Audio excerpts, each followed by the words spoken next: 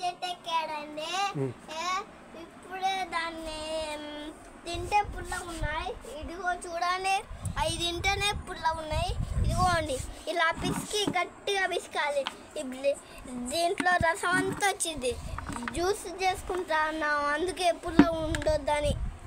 ఇట్లా ఇట్లా ఇట్లా పిసికితే ఇలా పిసకాలండి. ఇలా పిసికి పిసికి పిసికి పిసికి పిసికి పిసికి అదే మిక్సీకి వేస్తే ఏంటంటే వీటిల్లో ఈ గింజలు ఉంటాయి కదా, ఈ గింజలు కూడా అవి ఒగరు ఉంటాయి.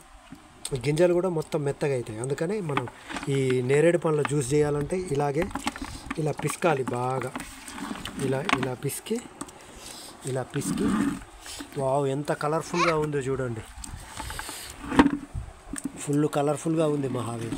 పిసుకు ఆగలే, చూడండి ఎంత కలర్ఫుల్గా ఉందో.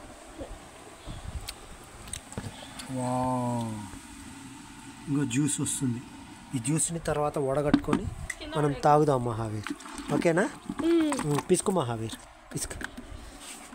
మహావీర్ చూడండి ఎలా బిసుకుతున్నాడు.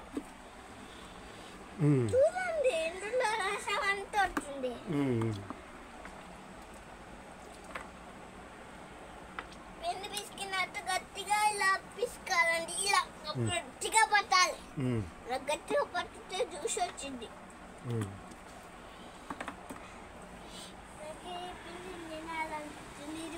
జ్యూస్ చేసిన తర్వాత తాగేటప్పుడు చూపిస్తామండి.